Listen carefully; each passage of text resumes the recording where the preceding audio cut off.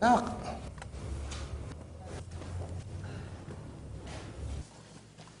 Go!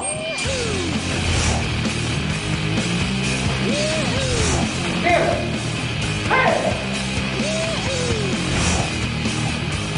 Lupit talaga ng mga SWAT, pare. Lupit. 30 taon, 10 biktima, 3 letra, BTK, ibig sabihin, bind, torture, kill. Ito ang mismo binansag sa kanya sarili na isang serial killer na gasik ng lagim sa Wichita, Kansas, sa US. Noong araw, 3 dekada niya nangyari ito, pare. Ano nga ba iniisip ng isang serial killer? Anong nag-uudyok sa kanya para pumatay? May mga tao bang pinanganak na ganito? O gawa lang ba ito ng lipunan?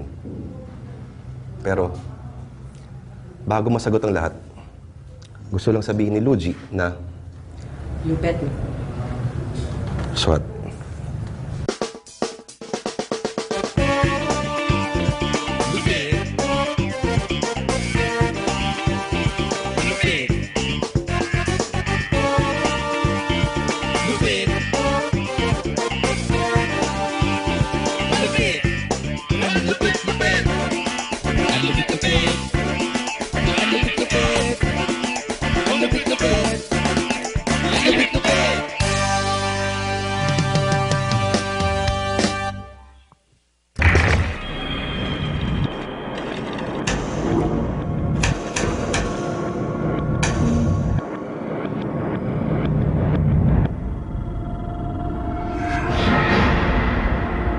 Wichita, Kansas, Estados Unidos. Ang isa sa pinakamalaking syudad sa tinatawag na Bible Belt sa American Midwest. Isang komunidad kung saan kampante ang mga tao na ligtas sila sa sarili nilang mga tahanan. Ang kaligtasang ito ay binasag ng magsimulang maghasik ng lagim, si BTK o Bind, Torture, Kill. Isang serial killer na sobrang lupit, maging ang mga pulis ay natatakot para sa kanilang kaligtasan. Unang tumira dito si BTK noong 1974. Hindi ito makakalimutan ng Chief of Police noon na si Richard Lamunion. This is the house where it all started. This is where BTK made his first hit over 30 years ago. This particular one was highly unusual, took all of us by surprise. Ito ang tahanan ng pamilyang Otero, nakalilipat pa lamang noon sa Wichita. Isang Air Force veteran ang padre de pamilyang si Joseph at factory worker naman na asawa si Julie.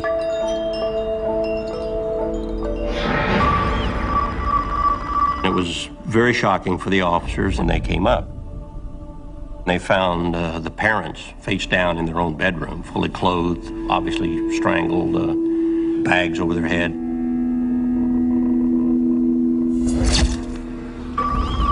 Patay naman sa sakal ang 9 na taong si Joe Jr. na nasa hiwalay na kwarto. Pero may isa pang sorpresa ang naghihintay sa mga pulis. Tungkol sa 11 taong gulang nitong kapatid na si Josephine. Josephine had been put through a different type of death than the others. He took her downstairs, and she was obviously alive. He had put a rope around her neck and over some pipes, and he would raise her up, and as she was dying, and he was masturbating at that time. So she was the target, the primary target, I believe, for this. Nakaligtas naman ang 3 iba pang magkapatid na Otero dahil nasa eskwela sila nang mangyari ang krimen. Tiniyak ng killer na hindi makakahingi ng tulong ang mga biktima. Pinutol niya ang linya ng telepono bago pasukin ang bahay. Tiningnan ng mga pulis ang motibong sexual dahil sa ebidensyang naiwan sa crime scene.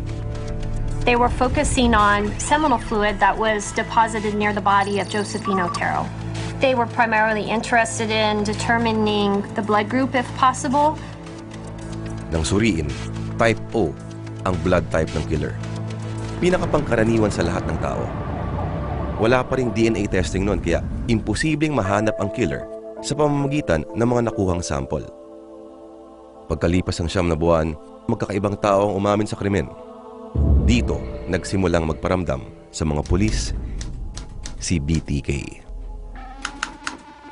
Those 3 dudes you have in custody are just talking to get publicity for the Otero murders. They know nothing at all. I did it by myself, and with no one's help. Alam din na may akda ng sulat ang mga detalye sa naganap na krimen. Josephine, hanging by the neck in the northwest part of the basement. Hands tied with bind cord, feet with clothesline cord. Her glasses in the southwest bedroom.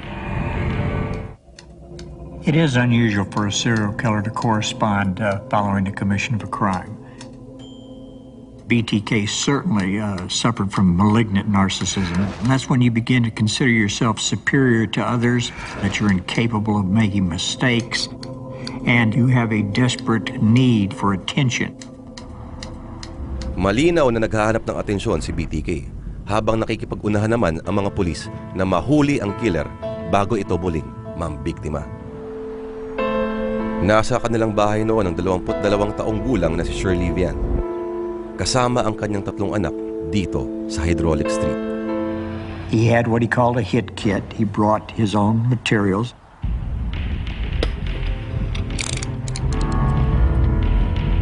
Bandang alas 12 ng tanghali, umatake si BTK.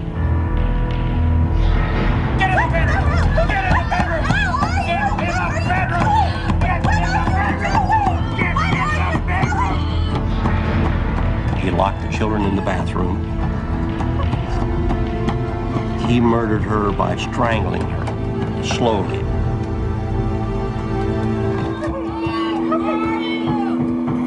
Then something happened. He didn't get the phone wire cut, so the phone rang, but it became a panic situation for him. So he left.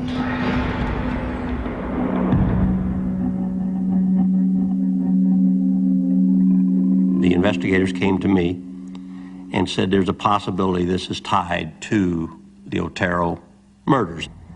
Nakita raw ng anak ni Shirley ang killer na kumakatok sa kanilang kapitbahay nung umaga rin yun. Dito napag-isip ang hepe ng mga pulis. We never did think that she was the primary target, which turns out she wasn't.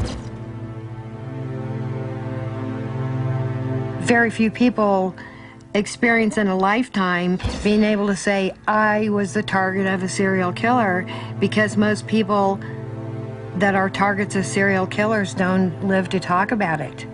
Magkasama sa bahay ang magkaibigang Cheryl Sarkozy at Judy Skrull. Ilang bahay lang ang layo mula sa bahay nila Shirley. Pero, nung araw na naganap ang pagpatay, swerteng wala sila pareho sa bahay. I came home and the police said that a man had murdered the woman down the street from me, but previous to him murdering her, he had come to my house and knocked on my door. So the police believed that I was the intended victim that day. Target ni BTK ang mga babaeng nag-iisa sa bahay, tulad ng 25 taon nun na si Nancy Fox. Noong December 8, 1977, gabi na nang makauwi si Nancy mula sa kanyang trabaho sa jewelry store.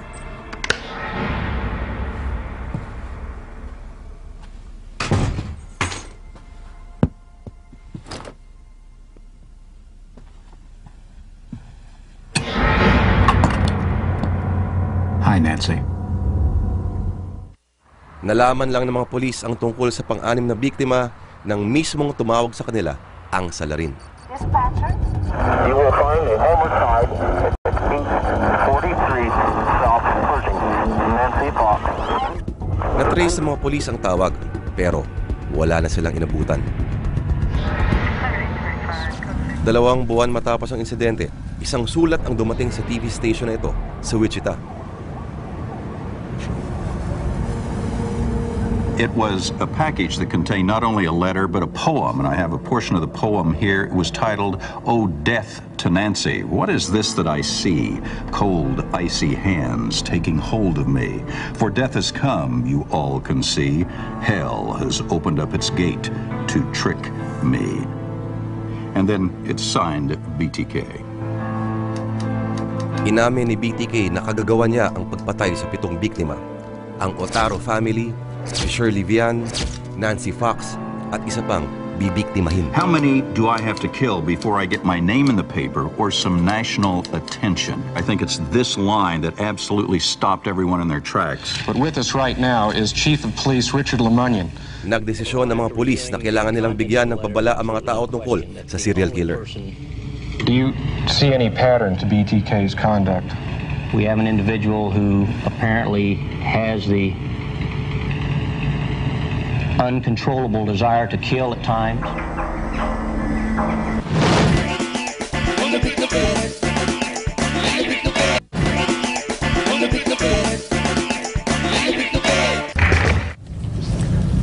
Sobrang takot kasi ng mga tao sa Wichita, Kansas. Ang mahirap kasi kay BTK, walang oras o panahon kung kailan siya papatay. Minsan nga lumalagpas yung kalahating dekada, maraming taon na walang nangyayaring krimen. Akala na nga iba, nagretiro na si BTK. Pero alam ng mga pulis na hindi kayang tumigil ng isang serial killer. Sa astig yung mga pulis, gaya ng mga idol natin dito. Pero kanina, bakit gusto mo patayin? Hindi naman, nire-rescue nga kita kanina. Rescue.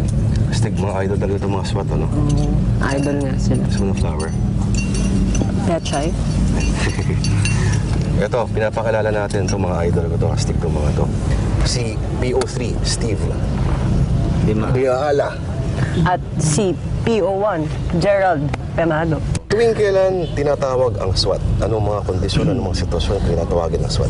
Usually, hindi na kaya ng mga local police natin sa baba. Then, which requires highly technical skills. As yung mga pagbe-breach ng pinto. Then, high risk na talaga yung suspect sa loob. So, kasi yung mga local police natin, yung iba, hindi fully equipped. Or trained. Then, yung mga SWAT natin, SWAT unit, equipped sa mga gamit. Officer Primado, ano ba hinahanap na katangian ng isang tao para maging SWAT? Sir, kailangan makisig, sir. Makisig? Sir, saka isa gwapo. Gwapo. Pwede ba to, sir? Pwede siya, sir. Kasi ba ako maging SWAT? Yes, ma'am. May babae bang SWAT, sir? Meron, sir. Pero kamusta naman yung training na pinagdadaanan ng mga babae yung SWAT? Pareho din ng mga training na pinagdadaanan ng lalaki? Parehas lang. So pwede nga ako mag-SWAT? Pwede, ma'am. Pwede, ma'am. Train mo ako, kuya. Yes, ma'am. Yun. Lupit, no? Maya, ma'am. Naghanap ng pattern ang mga pulis sa mga naging biktima ni BTK. Nakita nilang sakop na maliit na radius ang lugar kung saan naganap ang mga misteryong pagpatay. Pero bukod dito, wala na silang iba pang konklusyon. Muling binalikan ng mga investigador ang mga ebidensya. Ang mga sulat na pinadala ng killer ay lagi naka-photocopy para maitago ang typewriter kung saan ito tinipa. Pero lingid sa kaalam ni BTK, may kaibahan ng mga gamit na papel at tinta ng bawat photocopier noon. Na-trace sa mga otoridad ang ginamit na photocopier ni BTK na nasa campus ng Wichita State University. Ang akala ng mga pulis, malalaman na nila sa wakas ang katauhan ni BTK. The problem is, it was public access. Anybody could put a nickel in, and anybody could make a copy there. Dead end na naman. The best evidence we had was the voice tape. We played it over and over again. What is the address? 43 South Pershing. The voice on the recording that came into the dispatcher appeared to be a white male. So we're looking at white males, probably in their age of their 40s. He's correct. Hanggang noong 1985, pagkatapos ang 6 na taon pananahimik, isa na namang bangkay ang natagpuan. Si Maureen Hedge, 55 taong gulang, ay natagpuan sa tabi ng kalsada sa labas lamang ng Wichita. Patay sa sakal ang biktima. Nang gabing yon, dinala pa umano ni BTK ang katawan ni Mrs. Hedge sa isang lumang simbahan upang kunan ng mga malalaswang litrato. He took her there as a challenge, if you will. He went to God's home, God's house on earth, and desecrated it as part of his belief of how powerful he is. 1991, 6 na taon matapos ang pagpatay kay Maureen Hedge, isa na namang bangkay ang nakita. Nare-retiro pa lamang noon ang 62 taong gulang na si Dolores Davis na nakatira rito, hindi kalayuan sa Wichita. Habang natutulog si Miss Davis, binasag ng malaking bato ang salaming pintuan. Natagpuan ang kanyang katawan sa may tulay na ito sa labas lamang ng Wichita. Sa tingin ng mga pulis, biktima na naman ito ni BTK. 2004, 30 taon mula nang unang umatake si BTK. Nagkaroon ng bagong pag-asa sa pagpasok ng modern forensic science. Idinaan sa bagong pag-aaral ang semen sample na nakuha sa crime scene upang makabuo ng DNA profile ng killer. We had the DNA profile of BTK. However, until we had a profile from a known individual that we can compare that to, we couldn't identify that individual. The only thing that we could exclude is that when we ran the profile through the DNA database, this person was not a convicted offender that had his profile in the database. Sa isang libro ni Robert Beatty, sinabi niyang kusa nang tumigil sa pagpatay si BTK. I thought this guy is probably dead. It started as an academic educational exercise. But there was a point when I realized that this might actually flesh out the killer. If he is still out there, we may hear from him.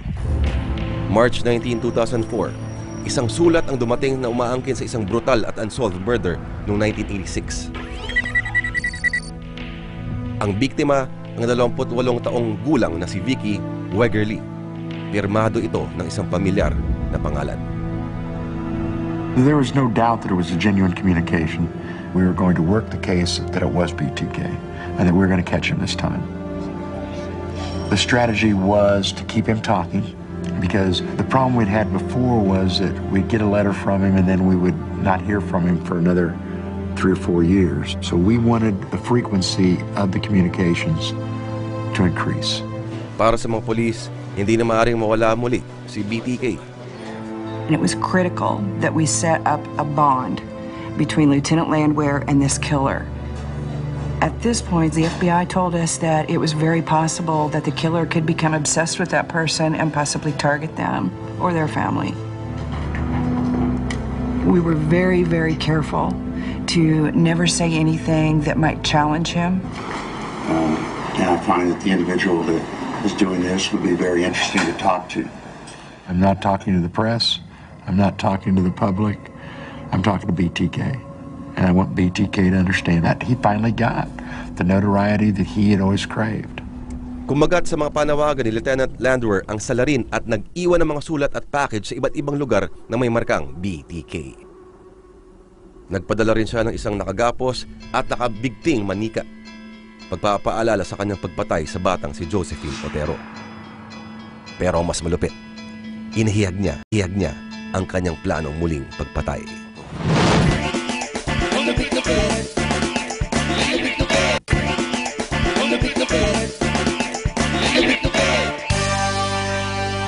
Kasama natin ngayon ang magiting na kapitan ng NCRPO RMG SWAT team na si Captain Eric Del Rosario. Sir, anong nangyayari dito, sir? Explica po yung nangyayari. Bali, yung nasa likod po natin, yan po yung tinatawag natin na ladder entry. So, ginagamit po natin yan. Unang-una po, pag magkakaroon po tayo ng diversionary tactics, yung sa entry, halimbawa, yung main door, hindi po possible na doon tayo dumaan. So, gagamit po tayo ng ladder. Ito, sir, yung hawak nyo ngayon, sir. Pakipaliwanag po, sir. Ito po yung tinatawag natin na sniper rifle. Sniper rifle. So, this is a caliber 5.56 mm. So, equipped with Simons na scope. Meron po tayong bipod. So, ito po ang ginagamit ng sniper natin. Sniper. Urban police sniper. Dapat, sir, ang sniper, matulis ang mata, kumakain ng... Magaling pang pumutok. Lahat ng may hangganan, lahat yan may hangganan, pare. Pagkatapos sa mahigit 3 dekada ng pamamaslang, inabot na si BTK ng panahon at teknolohiya. Pero, hindi sana magkakamaling serial killer kung hindi dahil sobrang bilib niya sa sarili niya. Feeling kasi ni BTK, parang Diyos na siya. Diyos pala. Itong mga gamit ng mga pulis ngayon, malilin lang talaga siya, pare. Lupit, no? 30 taon, pinaikot-ikot ni BTK ang mga pulis, pero naghihintay lamang ang mga otoridad na siya ay magkamali. Isa sa mga pinag-iwanan ni BTK ng mga package para sa pulisya ay mga parking lot. Hindi niya napansin ng isa palang parking lot ay bantay sarado pala ng security cameras. Sinuri ng mga investigador ang halos 2,000 oras ng video footage. Kuhang-kuha ang sasakyang gamit nito. Pinag-aralang mabuti ng forensic analysts ang imahe, ang size, volume, ground clearance at kulay ng sasakyan. Isang mahalagang bagay ang nadiskubre ng mga investigador. Ang sasakyang gamit ng BTK killer, isang black Jeep Cherokee. Mula naman sa package na iniwan niya sa parking lot, may nilagay na disket si BTK. Nagtanong pa siya sa mga pulis kung may kakayahan silang matrace ang computer na pinanggalingan ng disket. Kung hindi, ito raw ang kanyang gagamitin sa pagpapadala ng mga mensahe. Isa itong malaking pagkakamali. He felt himself in such a powerful position, and the police were so dependent upon him for information that they couldn't possibly lie to him. Sinabi ng mga pulis kay BTK na imposibleng matrace ang isang disket sa computer na pinanggalingan nito. Naniwala naman si BTK. Microsoft embeds in many of its documents something called metadata. And that metadata is information about the file. You can access that by going to File, Properties. And as you can see here, the software that was registered to Christ Lutheran Church. Ang simbahan ito ay nasa labas lamang ng Wichita. Pero, ano ang koneksyon ng simbahan sa isang serial killer? In addition to that, we can see that the document was last saved by a person named Dennis. Pagkatapos ng mahigit 3 dekada, sa wakas, isang totoong pangalan na rin ang may kakabit sa serial killer na may alias na BTK. We came up with a website for Christ Lutheran Church in Wichita. And on that homepage, there's a link to people who are related to the church. So when we click on that link, it brings up the page that has president of the congregation was Dennis Rader. Agad na pinuntahan ng mga pulis ang bahay ni Dennis Rader upang kumpirmahin ang isa pang mahalagang detalye. As we came down the street here, we saw that there was a black Jeep Cherokee in the driveway. And it was just a huge rush of energy because the thing about the Cherokee was it was the one piece of evidence that he didn't know we had.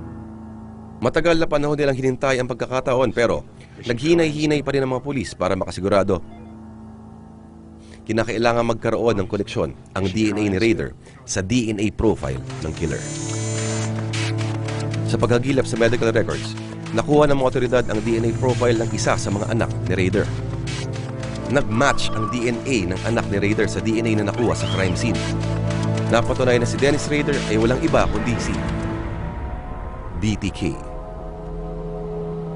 Tanghali ng February 25, 2005, pauwi nun si Rader sa kanilang bahay.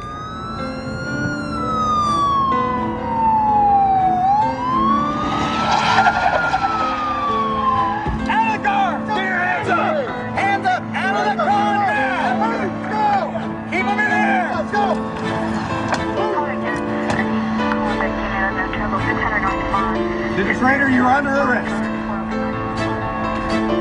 Every police officer since 1974 has wished for the day that I got right there.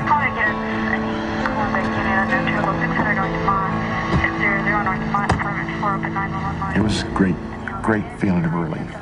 Great feeling. I mean, I can't remember a better feeling in my life. The bottom line, BTK is arrested. Napawi ang takot sa buong Wichita. Nakahinga ng malalim ang lahat ng residente. Nahuli na si BTK. Say who you are. Why don't you just say it? You're BTK. Noong June 27, 2005, inamin ni Rader ang kanyang mga kasalanan sa harap ng korte. Ang mga sikretong detalye tinago pa niya sa matagal na panahon at kung paano niya pinatay ang pamilya Otero noong 1974. First of all, Mr. Otero was strangled, or a bag put over his head and strangled. Then I thought he was going down, and I went over and strangled Mrs. Otero, and I thought she was down. Then I strangled Junior, and then when I went back, Josephine had woke back up. What did you do then? And I took her to the basement and eventually hung her. Are you hung her in the basement? Yes, sir. Did you do anything else at that time? Yes, I had some sexual fantasies, but that was after she was hung. Sa kanyang pag-amit, inangkin ni Dennis Rader alias BTK ang pag-torture at pagpatay sa 10 katao mula noong 1974. Ngunit, ganun katindi man ang kanyang nagawa. Nakaligtas si Rader sa parusang kamatayan dahil hindi pa naibabalik ang kaparusang ito sa state of Kansas noong panahong naganap ang mga pagpatay. Pero, ang naging sentensya sa kanya ang pinakamalupit na maaaring ipataw sa isang kriminal. 10 panghabang buhay na pagkabilanggo o 175 taon sa loob ng kulungan. Luge, sabi nila, wala raw serial killer sa Pilipinas kasi karamihan daw mga serial killers mga Caucasian o mga puti. May isa pang sinasabi ng teorya na yung mga serial killers daw nagagawa lang ng isolation, no? So hindi pwede sa Pilipinas yun kasi parang ang daming tao lagi dito, ang ingay, kapitbahay mo nag-joke, nag-iinuman, no? Happy ang environment ng Pinas palagi. Laging matao. Tingin ko, gano'n yun. Pero at least, dun sa ibang bansa, serial killer lang. Dito sa Pilipinas, mass murderers, no? Wala na tago-tago, lantaran ng pagpatay. Kasasamaan pa niyan, karamihan sa kanila, yung mga opisyal ng gobyerno. Ako si Lord de Vera. At ako naman si Luigi. Lupet, no?